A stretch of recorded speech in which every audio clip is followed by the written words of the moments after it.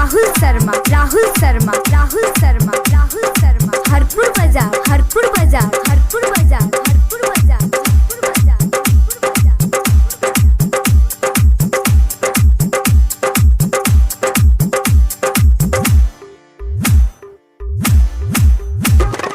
Rakesh digital recording studio बनारसी वैसा होंगे। हेगे जनिया तो एगो फराइक ले लेगे, हेगे जनिया तो एगो फराइक ले लेगे। बाकी रहतो ते ओढ़नी भेजाई देबोगे, बाकी रहतो ते नथिया भेजाई देबोगे। हेगे अन्नू तो देला धमाल करीगे, हेगे अन्नू तो देला धमाल करीगे। तोरा होठवा से कते छोड़ा बुइर गेलेगे, तोरा होठवा से कते छोड़ा बुइर गेलेगे। राहुल शर्मा हरपुर बाजार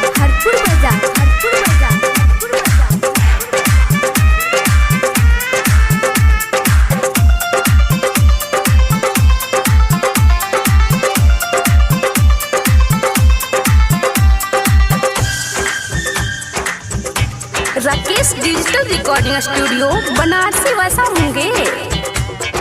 जाइ छियो हमे गे दिल्ली पंजाब गे, कते छौरा भे गेलो छै घायल गे।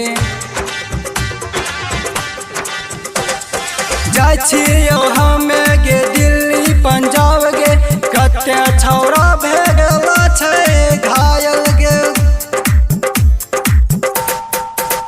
हेगे जनिया तो एगो फराक ले ले, हेगे अन्नू तो देला धमाल करीगे। तोरा होठवा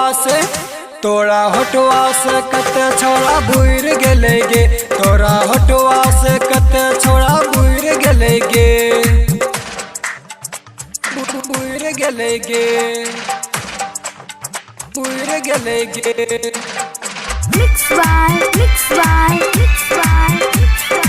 राहुल शर्मा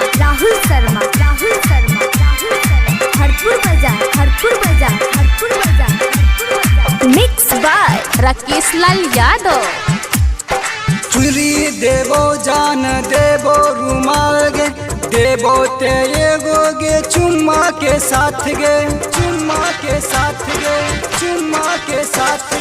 चुनरी देबो जान देबो रुमाल गे, देबो ते एगो गे चुम्मा के साथ गे। हेगे जनिया तो एगो फराक ले ले, हेगे अन्नू तो देला धमाल करीगे। तोरा होठवा से कते छोड़ा बुइर गेलेगे, तोरा होठवा से कते छोड़ा बुइर गेलेगे।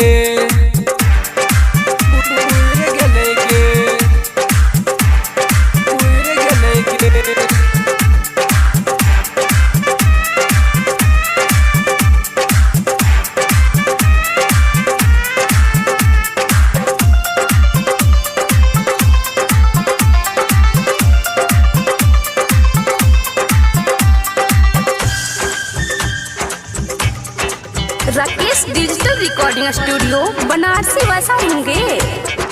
ई छौरी ऊ छौरी आवल राजी छै, एगो चुमा मांगे छियो तो राजी छै। ई छौरी ऊ छौरी आवल राजी छै, एगो चुमा मांगे छियो तो राजी छै। हेगे जनिया तो एगो फराक ले ले, हेगे अन्नू तो देला धमाल करीगे। तोरा होठवा से कते छोड़ा बुइर गेलेगे, तोरा होठवा से कते छोड़ा बुइर गेलेगे।